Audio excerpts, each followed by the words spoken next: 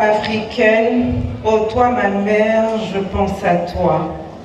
Ô Dama, ô ma mère, toi qui me portas sur le dos, toi qui m'allaitas, toi qui gouvernas mes premiers pas, toi qui la première m'ouvris les yeux aux prodiges de la terre, je pense à toi. Ô toi Dama, ô ma mère, toi qui essuyais mes larmes, toi qui me réjouissais le cœur, toi qui patiemment supportais mes caprices, comme j'aimerais encore être près de toi, être enfant près de toi. Femme simple, femme de la résignation, ô toi ma mère, je pense à toi. Ô Dama, d'amant de la grande famille des forgerons, ma pensée toujours se tourne vers toi, la tienne à chaque pas m'accompagne. Ô Dama, ma mère, comme j'aimerais encore être dans ta chaleur, être enfant près de toi. Femme noire, femme africaine, femme noire, femme ivoirienne, femme noire, femme de la Mé, brave femme de l'Union des femmes d'Agou, c'est avec ce poème de Kamara Laye que je vous souhaite une très bonne fête des mères. Bonne fête à toutes les mamans qui ont connu la joie de l'enfantement. Bonne fête à toutes les mamans qui n'ont pas d'enfants biologiques, mais qui sont des figures maternelles pour des personnes. Tous les jours doivent être des occasions pour honorer nos mères. Chère maman d'Agou, merci de me recevoir chez vous. Autorité politique, religieuse et coutumière, merci de me permettre de partager ce grand moment d'amour et de reconnaissance. Je me sens honorée et fière d'être à la fois parmi des doyennes d'âge qui sont des mères pour moi et d'être avec des jeunes femmes qui sont mes filles. Quand on célèbre les mères, ce n'est pas seulement leur endurance pendant la grossesse ou l'accouchement qu'on doit célébrer. Ce n'est pas le fait d'allaiter ou d'éduquer qu'on doit célébrer, mais c'est le cœur de mère qu'on doit célébrer avant tout. Une maman, c'est une femme avec ou sans enfant qui a un cœur aimant, un cœur compatissant, un cœur généreux, un cœur brave, un cœur juste envers tous ses semblables.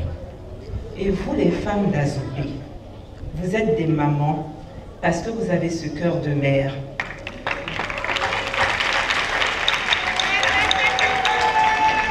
Vous ne faites pas de différence entre les enfants qui sont de vous et les enfants qui viennent d'ailleurs. La preuve, vous avez aimé le président Laurent Gbagbo comme s'il était votre propre enfant. Recevez par ma voix sa reconnaissance éternelle. Il vous salue et il vous remercie pour tout.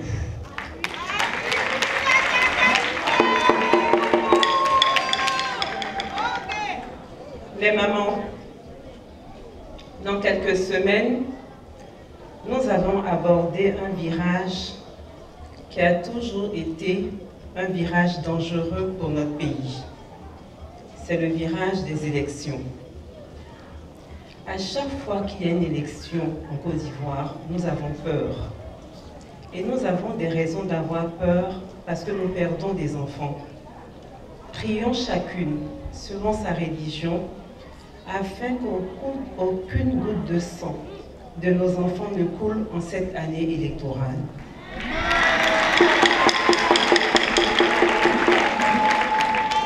N'ayons pas honte d'affirmer notre foi en Dieu, nous mamans, qui prions toutes en secret pour nos enfants. Et Allah, Dieu, aime exaucer les femmes. C'est pour cette raison qu'on dit, ce que femme veut, Dieu le veut.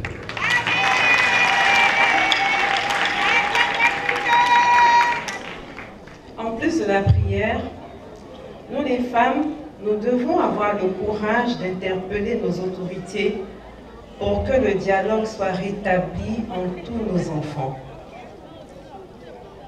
Chacune de nous a un parent qui est proche du pouvoir ou de l'opposition. Ici, par exemple, à Azopé, vous avez l'ex-premier ministre Patrick Hachi qui est du pouvoir. Vous avez le ministre Emmanuel Monet qui est de l'opposition. Et vous avez aussi l'éminent magistrat Yanon Yapo, pour ne citer que ceux-là. Vous pouvez les faire asseoir avec tous vos autres enfants qui ont une influence dans la sphère politique pour leur dire que vous, les mères, vous ne voulez plus enterrer vos enfants à cause d'une élection mal gérée.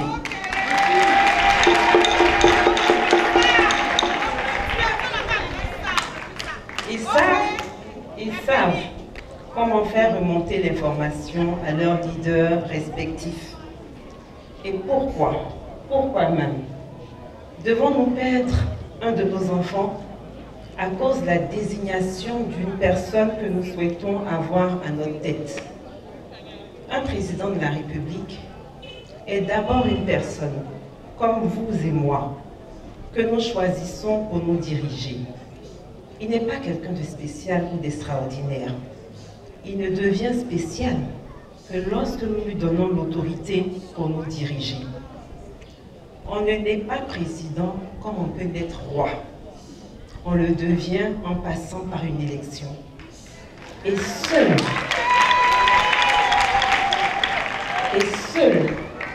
une élection transparente devrait permettre à un individu d'accéder au pouvoir d'État.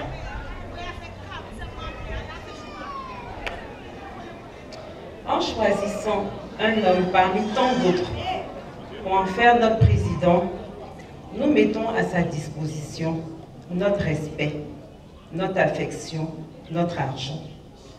En retour, ce président doit nous donner de l'affection, nous respecter en respectant la Constitution. Il doit honorer sa parole et toutes ses promesses de campagne en gérant au mieux notre argent pendant le nombre d'années que nous lui avons consenti. Ne pas le faire, c'est une trahison. Et quand un président te trahit, tu as la possibilité de le sanctionner en ne le votant pas à la prochaine élection s'il y a droit. La limitation des mandats te permet également de ne pas subir un président qui t'a déçu. Un président que tu as apprécié et qui a atteint sa limite de mandat en un cycle de 2 mandats, tu dois accepter de le laisser partir et tu peux le faire revenir si tu en as encore envie, après 5 années pour ce qui concerne la Côte d'Ivoire. Et c'est en cela que l'élection et la limitation des mandats sont une grâce pour un peuple. Le peuple de Côte d'Ivoire mérite d'avoir cette grâce. Prions. Chère maman, j'en appelle à votre cœur pour imposer vos choix.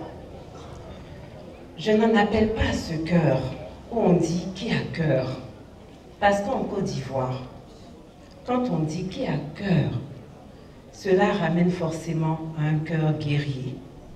Je ne vous poserai pas cette question parce que je sais que l'Ivoirien n'a pas cœur dans le sens où l'Ivoirien n'a pas un cœur de guerre. L'Ivoirien a un cœur de paix, un cœur d'action. L'Ivoirien a un cœur hospitalier, un cœur en joie, un cœur bon. Mais l'Ivoirien a aussi un cœur pour dire non quand il ne veut plus. Et l'Ivoirien sait se dresser sans armes devant n'importe quelle force quand il n'en peut plus. Je parle de ces Ivoiriennes qui en 1949 ont marché sur Grand Bassam pour exiger la libération de leurs époux.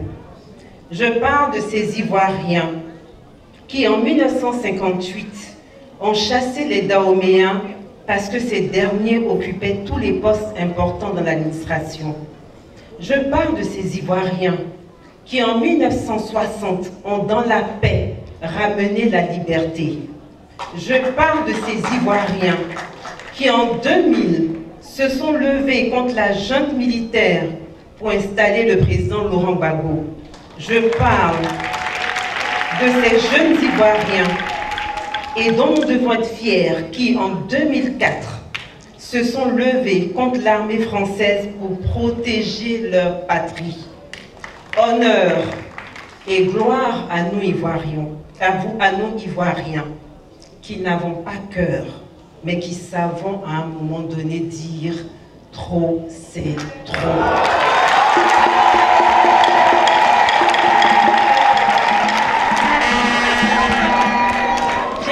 Ivoirienne ici présente, dans la foi nouvelle, j'en appelle à votre cœur de mère. Prions sans cesse pour notre pays. Prions pour tous les enfants de Côte d'Ivoire. Prions, nous les femmes, pour tous nos leaders politiques. Priez avec moi pour le président Laurent Gbagbo. Prions pour le président Alassane Ouattara, afin que Dieu soit son compagnon de tous les jours et éloigne de lui les gens qui ne savent pas comment se reconvertir après le pouvoir. Et que Dieu éloigne de lui toutes les personnes belliqueuses, les va-t-en-guerre qui sont auprès d'un chef sont toujours les premiers à fuir quand le pouvoir est perdu, et j'en sais quelque chose.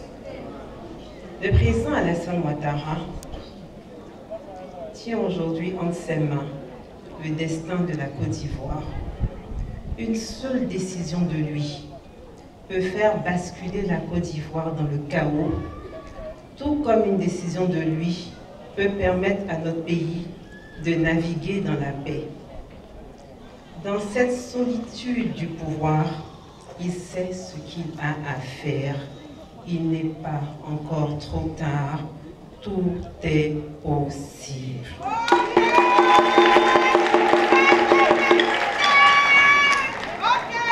Mes chères mamans, je lui souhaite de prendre la meilleure décision parce qu'en le faisant, je nous souhaite le meilleur. Le président Laurent Gbagbo est déjà rentré dans l'histoire. Peu importe ce qui se passera, il sera toujours retenu qu'il a été l'homme qui a apporté le multipartisme à la Côte d'Ivoire. Mais que retiendrons-nous du passage du président Alassane Ouattara? Les ponts, les routes, les buildings ne parlent jamais pour un homme politique, parce que dans un monde moderne, tout cela est banal. Les infrastructures n'ont pas commencé avec le président Alassane Ouattara. La Côte d'Ivoire était déjà construite et bien construite. Que faut-il construire aujourd'hui en Côte d'Ivoire? C'est l'alternance pacifique entre un ancien président et un nouveau président de la République. La Côte d'Ivoire le mérite et tout est encore possible. Et la Côte d'Ivoire mérite de voir les deux personnages politiques ivoiriens qui ont cristallisé et déchaîné les passions réussir une passation de charge entre un ancien président et un nouveau président. Le président Alassane Ouattara aura ainsi réussi sa sortie et rentrera dans l'histoire en tant que le premier chef d'État qui transmet le pouvoir à un successeur. Et le président Laurent Gbagbo réussira son entrée en tant que nouveau chef d'État à qui le pouvoir sera transmis.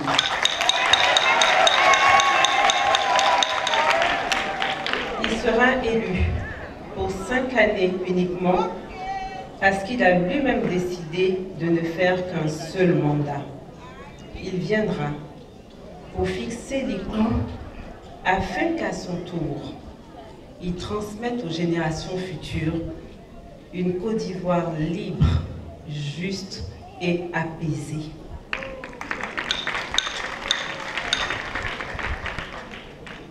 Madame et Monsieur Monet, Monsieur le maire Assindin, Madame et Monsieur Akanda, Madame Asse, Madame Pan, honorables personnalités du PPACI, militantes, militants de nos chers partis, je ne vous ai pas oublié, vos oubliés seraient m'oublier aussi. Merci pour votre présence. Vous avez dû voir un communiqué d'une décision de la Cour africaine des droits de l'homme qui circule sur les réseaux sociaux concernant votre leader. Et ce qui fait que certains sont découragés. Mais est-ce que vous avez vu l'arrêt? J'ai un seul message pour vous. Un crime n'est jamais parfait. Je ne vous en dirai pas plus. Restez serein, restez déterminé. Notre chef est candidat. Réussissez donc le parrainage. Si nous voulons que le chef soit président de la République, nous le pouvons et il le sera. Parce que nous sommes le PPACI, ces femmes et hommes qui ont pu renaître de leurs cendres par la grâce de Dieu. Ne doutez jamais de vous. Même si la CEI vous met les bâtons dans les roues, trouvez les parrains du chef et peu importe la forme que cela prendra. La CEI ne reçoit que les candidatures, elle n'a pas à interférer dans le choix des candidats, ce n'est pas son rôle. C'est au Conseil constitutionnel de décider de qui est éligible et de qui ne l'est pas. Nous irons donc jusque devant le Conseil constitutionnel avec tout ce qu'on nous permettra d'avoir. Tel est le message du chef pour vous. Prions pour que la sagesse et l'amour du pays guident les pas des décideurs afin que l'élection présidentielle de 2025 soit inclusive et apaisée. Tout est possible. Chères femmes de l'Union, chères femmes de l'Union des femmes de la commune d'Agou, merci de m'avoir honorée en me choisissant comme votre marraine. Je suis heureuse pour vous. Vous le méritez. Félicitations à la nouvelle présidente, Madame Abba Chiépé Marie, et à l'ancienne présidente, Madame Okwapa Clémentine. Nous sommes fiers de cette passation de charge. Madame Abba Chiépé, voilà. Le président Laurent Gbagbo me charge de vous rappeler, à vous les femmes d'Agou, sa promesse de créer une banque des femmes lors des assises des femmes à Trècheville. Cette banque des femmes va financer tous vos projets et vous ne payerez aucun intérêt. C'est l'État qui remboursera les intérêts pour vous grâce à la mise en place d'un fonds de soutien aux femmes. Chères femmes, commencez déjà à travailler sur vos projets parce que bientôt, quand le président Laurent Gbagbo sera élu, l'argent circulera.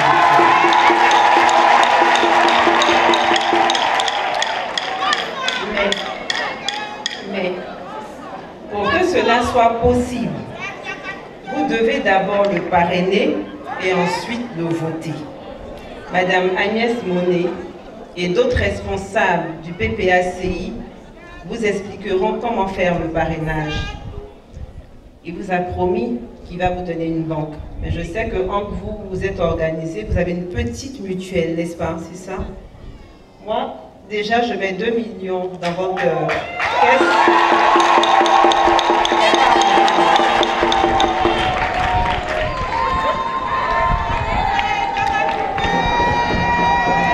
Je compte, Madame la Présidente, je compte sur vous pour fructifier cet apport. Moi, je sais que 2 millions peuvent devenir 10 millions, 10 millions peuvent devenir 20 millions, 20 millions peuvent devenir 100 millions, ainsi de suite.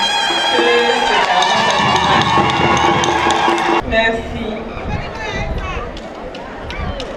Mesdames, Messieurs, messieurs, éminents membres du PPACI Population de Lamé, je suis venu partager avec vous la foi en l'avenir du président Laurent Gbagbo et planter en vous la graine de l'espoir afin qu'elle germe dans le cœur de tous nos parents.